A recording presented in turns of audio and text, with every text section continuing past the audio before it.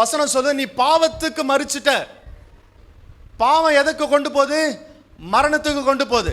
அந்த மரணம் எனக்குள்ள இல்லையா, அப்ப எனக்குள்ள என்ன இருக்கு? ஜீவன் எனக்குள்ள இருக்கு. அப்ப மரணம் என்ன ஆண்டு கொள்ள முடியாதுன்னா, அப்ப எது ஆண்டு கொள்ள இயேசு வந்தாரு? ஜீவன் உனக்குள்ள ஆண்டு கொள்ளும்படியாக. உன் சரீரத்தில் இருக்கிற எல்லா அங்கங்களிலும் இயேசுவின் ஜீவன் உனக்குள்ள பாயும்படியாக தான் இந்த மரணத்தை ஜெயித்து உனக்காக இயேசு கிறிஸ்து இந்த உலகத்தில் ஜீவனை கொடுக்க வந்தார்.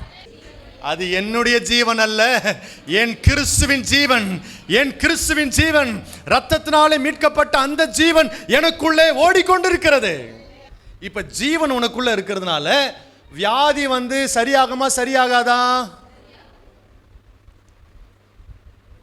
ஜீவன் உனக்குள்ள இருக்கிறதுனால பலவீனம் உன்னை விட்டு நீங்குமா நீங்காதா? ஜீவன் உனக்குள்ள இருக்கிறதுனால உன்கிட்ட இருக்கிற சுகர் ப்ராப்ளம் உன்னை விட்டு போகுமா போகாதா? யாரெல்லாம் விசுவாசிக்கிறீங்க? கரங்களை தட்டி கர்த்தரை மகிமைப்படுத்துங்க.